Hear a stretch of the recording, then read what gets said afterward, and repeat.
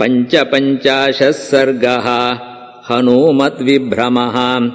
लङ्काम् समस्ताम् सन्दीप्य लाङ्गूलाग्निम् महाबलः निर्वापयामास तदा समुद्रे हरिसत्तमः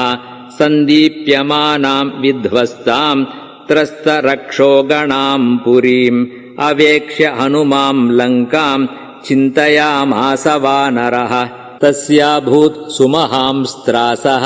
कुत्सा चान्मन्यजायत लङ्काम् प्रदहता कर्म किंस्वित् कृतमिदम् मया धन्यास्ते पुरुषश्रेष्ठा ये बुद्ध्या कोपमुत्थितम् निरुन्धन्ति महात्मानो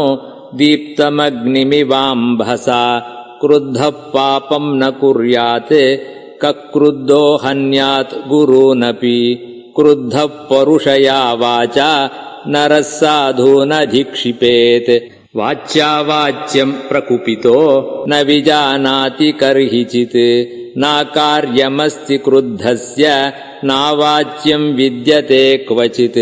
यः समुत्पतितम् क्रोधम् क्षमयैव निरस्यति यथोरगस्त्वचम् जीर्णाम् स वै पुरुष उच्यते धिगस्तु माम् सुदुर्बुद्धिम् निर्लज्जम् पापकृत्तमम्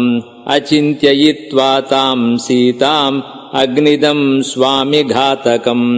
यदि दग्धा त्वियम् लङ्का नूनमार्यापि जानकी दग्धा तेन मया भर्तुः हतम् कार्यम् अजानता यथर्थमयमारम्भः तत्कार्यमवसादितम् मया हि दहता लङ्काम् न सीता परिरक्षिता ईषत्कार्यमिदम् कार्यम् कृतमासीन्न संशयः तस्य क्रोधाभिभूतेन मया मूलक्षयकृतः विनष्टा जानकी नूनम् न ह्यदग्धः प्रदृश्यते लङ्कायाम् कश्चिदुद्देशः सर्वा भस्मीकृता पुरी यदि तद्विहतम् कार्यम् मम प्रज्ञा विपर्ययात् इहैव प्राणसन्न्यासो ममापि ह्यद्य रोचते किमग्नौ निपताम् यद्य आहोस्विद्वडबामुखे शरीरमाहो सत्त्वानाम् तद्मिसागरवासिनाम् कथम् विजीवता शक्यो मया द्रष्टुम् हरीश्वरः तौ वा पुरुषशार्दूलौ कार्य सर्वम् स्वघातिना मया खलु तदेवेदम् रोषदोषात् प्रदर्शितम् प्रथितम् त्रिषु लोकेषु कपित्वम् अनवस्थितम् धिगस्तु राजसम्भावम् अनीशमनवस्थितम्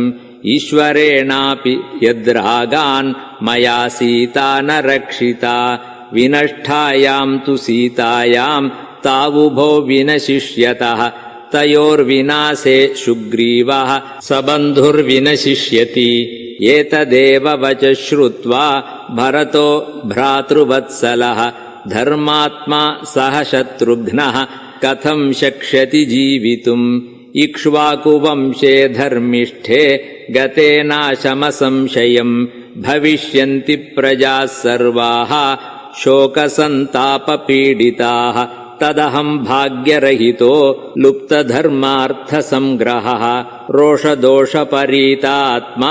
व्यक्तम् लोकविनाशनः इति चिन्तयतस्तस्य निमित्यान्युपपेदिरे पूर्वमप्युपलब्धानि साक्षात् पुनरचिन्तयत् अथवा चारु सर्वाङ्गी रक्षिता स्वेन तेजसा न नशिष्यति कल्याणी